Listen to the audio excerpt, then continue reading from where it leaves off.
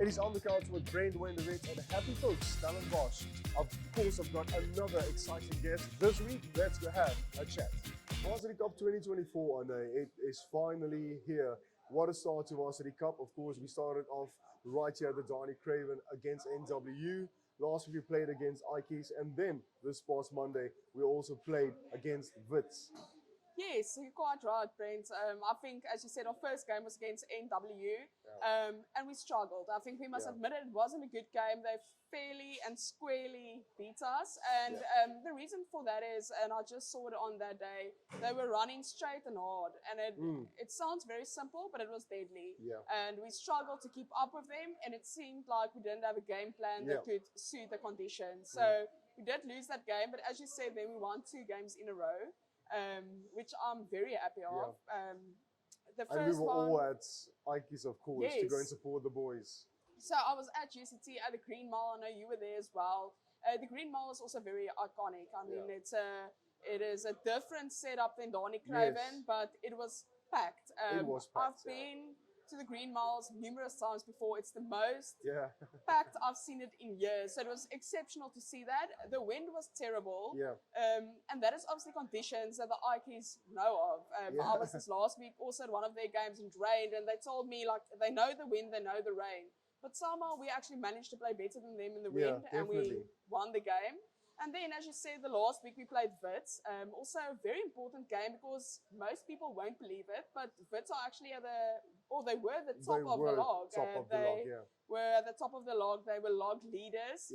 So it was always going to be a difficult game, but it is back at home at Donny Craven, and we pulled off the win. It was close in the first half, but the second half, we pulled it through. So it was actually a good win in the bigger schemes of things. And what a beautiful try by our number 10. Yes. Johan Mostert. Yes, so Johan Mostert is an exceptional player. It's good to see Mossi. I had a chat with him last week at the Ikes game. He told me the reasons why he came back to Marties after his run at the Bulls. And he said he's happy to be back. He still feels he has something to give for Marties. He wants to play some rugby for them. He has a year to finish in his studies. So he's looking really good. And I think one or two things that makes him exceptional is he's a bit of a different type of fly-off. I mean, he's 1.93. He's, because of his length, quite a big guy.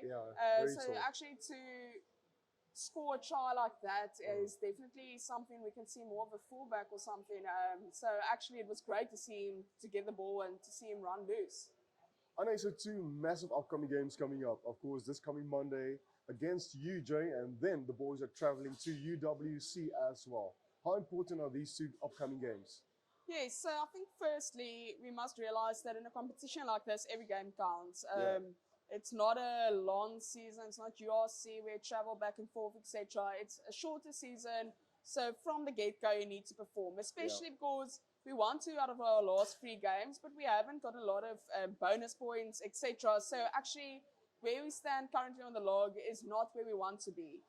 But if we look at UJ, that is our next game, I think it's going to be an interesting game. If you look at recent results, we will probably win this game. But I think a few factors we need to consider is firstly that UJ came very, very close to win their last 2 games. So they just lost. And secondly, UJ actually has a really good team. I know some of the players, they played abroad, they played junior box. It's guys that obviously grab this opportunity with both hands and are really good rugby players, so we can never count them out.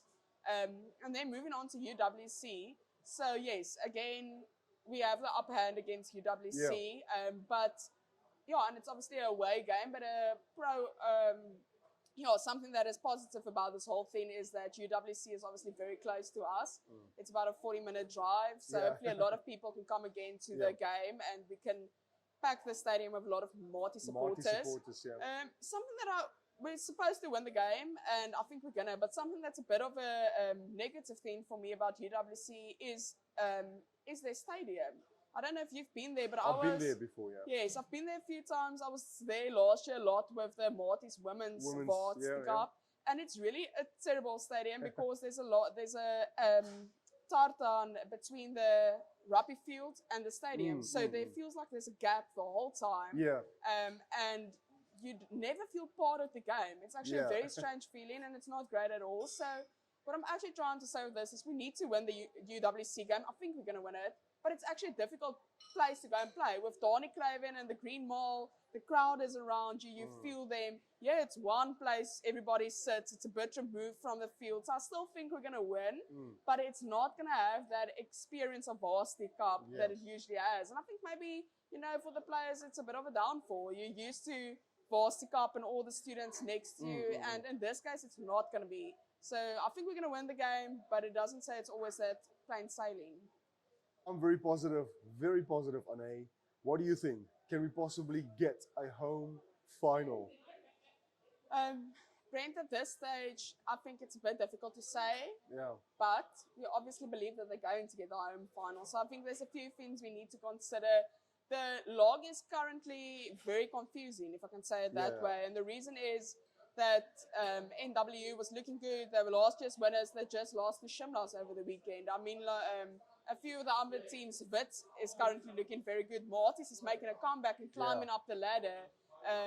UCT doesn't look as strong as last year, where they actually made it to the playoffs. So in that sense, I honestly feel like Mortis has a really good chance. And thank you so much. Thanks so much. Chef Lou. Thank you so much. So in that sense, I think as things are busy turning out, we have a really good chance. If we can keep our momentum, we're definitely going to the playoffs at a home game. And obviously, if we pull it through, the final is ours at Donny Craven. Ane, thank you so much for joining me today. I hope you are Happy Folks Pizza ready today and also ready for the game. I can't wait, Brent. All right, let's do it. All right, Ane, so we are here at the darts game. I am so excited about this game. Very important. We need to get that bullseye because to me, this will be an indication we are winning this Monday with a bonus point. Ladies first. Oh. All right. Let's see. Yeah, let's go, Brent. Let's go. Oh. Close. Close. Second one. Lucky. Ooh.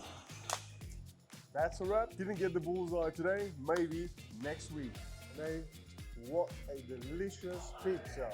In Italiano, it's dolce far niente. Why not come here on a Monday? Happy Folks, Stellenbosch. So that's a wrap for today with On the Couch with Brendt. Catch you again next week right here at Happy Folks Stellenbosch for another awesome chat.